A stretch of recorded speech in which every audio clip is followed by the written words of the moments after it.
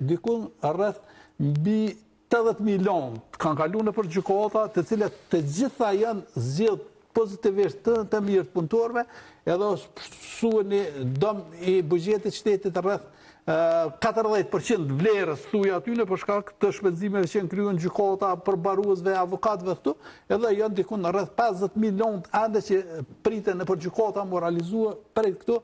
Kretë këtu për shkak të mos planifikimit dhe neglizhencës që e bojnë organet qeveritare bashkë, këtë rast edhe me organet komunale të pushtetit.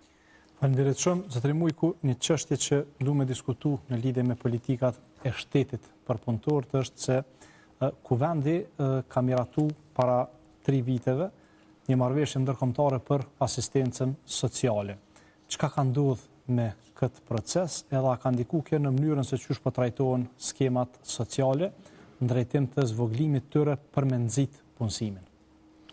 Kjo ka qenë për mua shqetësuese qysh prej fillimit, sepse një kredi prej 47 milionerëve, e cila është marrë prej bankës botërore, ne dim që banka botërore ekziston për të dhënë kreditë të tilla, sepse është bankë, ka emrin bankë, për reformimin e skemave sociale. Mendoj që 47 milionerë për një popullat, si na që jem 1,5 milion, sa një qytet i vogël në një vend evropian, ishdosh të rahaton edhe të bëj zgjidhje për të gjitha skemat sociale, e jo vetëm për skemën e ndihmës sociale. Mirë, po fatkeqësisht asnjë zgjidhje s'e ka bë as për skemën e ndihmës sociale. 47 milionerë për cilat fëmijët tonë, edhe fëmijët tonë do të paguajnë edhe 15 vite, 20 vite me radhë për këtë kredi, u shkuan në për disa pilotime. Jënë bërë disa pilotime të ndryshme, jënë bërë disa trajnime të ndryshme, mirë po as ligji skemës ndihmës sociale, i cili është tash 7 vite të sjellë në për rrugë të Kuvendit, një lexim aty, një grup punu, shkot e ministri, mos u zbato aktet përcjellëse, as gjë s'ka kalu, unë mendoj që kjo është një dështim shumë i madh. Ky ligj është dashur spaku të kaloj dhe krahas tij ndoshta të marrë me vete edhe disa ligjet e tjera të fuzionojnë në një ligj të veçantë, i cili do të jetë një ligj për përkrahje materiale, jo ta quajmë për skemë ndihme sociale, sepse kjo po të glon pak edhe negativisht, do të jetë një ligj për përkrahje materiale ku disa prej këtyre 20 skemave të cilat i kemi tani për tani në Kosovë të fuzionohen dhe të kemi një pasqyrë të saktë. Sot nuk e ka pasqyrën e saktë shteti jonë kush merr në cilën skemë. Një antar i familjes mund të jetë përfitues në skemën e ndihmës sociale, një ta ketë një pension të moshës, një ta ketë një pension të paraplegjik, tetraplegjik, një ta ketë një pension tjetër, një invalid i luftës, dhe ka familje ndoshta që i ka 5, 6, 7 tyra të ndryshme, dhe nuk e kemi një sistem të bazës dhënave ku mund ta shohim se cilat janë të hyrat, dhe të jetë një kapak. Ndoshta mos është përcaktu paga minimale, mund të jetë ndoshta kapaku deri aty.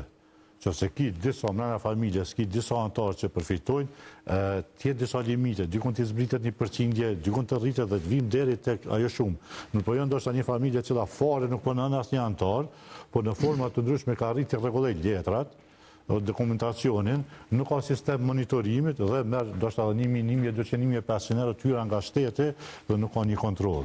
Qëllimi i reformës ka qenë që të përfshi disa skema dhe 47 milion euro të humbë në blerjen e disa veturave, disa laptopve, disa pajisjeve të cilat vetura sot përdoren për qëllime krejt tjera ose në ministri dhe jo atyre ku është destinu, qoftë qendra për punë sociale ose zyret punësimit, sepse ju kanë dhënë disa vetura në shfrytëzim sa ka qenë projekti dhe ju kanë marrë mbrapa qendra për punë sociale. Kurse projekti ka qenë i destinuar pikërisht për ta.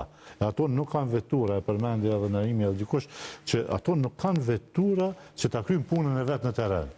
47 milion euro janë pare shumë e madhe. Kjo mendoj që është një prej dështimeve dhe tash prapë janë në gjendje që të kërkojnë pare shtesë prej bankës botërore që të vazhdojnë këto reforma. Jo, reformat nuk mund jenë të pafundësishme. Dhe thëmë të drejtën, prej 2021-s, prej themelimit të kësaj qeverie, prej shpërbërjes së Ministrisë Punës dhe Misionin Sociale, të gjitha skemat, sidomos të skema ndihmës sociale për shumica në Kosovë funksionojnë me vendime. Pra ullet qeveria e merr një vendim, as një konsultim me grupet e interesit, me profesionistë të fushës, me organizatat të cilët merren, po e merr një vendim dhe thotë, prej sotit do të jetë ka skema do të jetë shumë përndim sociale. Prej sotit do të bëhet pra vetëm vendime. Ne kemi parë të shtesat e fëmijëve njëjtë. Fillimisht ka qenë 20 euro për fëmijën 0 deri në 2 vjet, 10 euro për fëmijën 2 vjet deri në 16 vjet. Nëse në 8, 10, 12, por deri në 16 vjet, edhe pse ligji paraqet deri në 18 vjet, se secili person është fëmijë. Pastaj për një herë ka bën një ndryshim. Jo, 2 fëmijët e parë i marrin nga 20 euro, kurse fëmijë me rastin e lindjes fëmijës tretë atëherë ka lënë në 30 euro. Politika ditore. Kjo është politika ditore për konsumim, edhe kryesisht këtu bën para fushatave që tash na veç kemi hyrë në kohën e fushatave dhe ne tash pres që këto ditë do të kemi disa shifra të cilat do të na befasojnë, do të ketë ndonjë pakë e cila do të jetë them ashtu bombastike, joshse për kategorinë e votuesve të cilët ndoshta me dorën e vet do ta nënshkruajnë edhe një qeverisje të tillë edhe për një periudhë kohore, ndoshta disa vjeçare. Ne duhet të shohim se cilat janë interesat e popullit, kemi ekspertë të mjaftueshëm, kemi praktika të mjaftueshme, kemi edhe ku marrim përvoja të mira dhe ta stimulojmë punësimin. Jo mbi 30%, sot mbi 1 miliard e 300 milion janë të parapame në buxhetin e Kosovës të ndohen për skema sociale, për vitrat e quajmë ashtu. Është një shumë tepër e madhe për një shtet i cili ka nevojë për projekte zhvillimore. Dhe shumica e këtyre, besoni apo jo, edhe shtesat e fëmijëve dhe shumë tjera skema sot vazhdojnë të jenë me vendime, jo me ligje. Pra nuk janë për ligj ende. Dhe kjo një qeveri vjen edhe një ditë thotë unë do ta eliminoj këto sepse nuk është ligj. Është një vendim i cili vendim vetëm hjeket si i tillë edhe vazhdojmë pa ndonjë skemë. Mendoj që për këto 5 vite, sidomos me shfrytëzimin e kësaj sumës për 47 milion eurove që ka qenë një kredi marramense për një reformë, kjo është duhet sot i kemi të gjitha dokumentacion, edhe legjislacionin primar, edhe sekondar, edhe databazën, edhe gjitha të vendosura në vend dhe shtetit të funksionojë dhe ta ketë një kontroll të plotë të përfituesve, e jo se që janë dyshimet, jo veç dyshime për janë të faktume që sot kemi shumë qytetarë të Republikës Kosovës që jetojnë jashtë vendit dhe përfitojnë.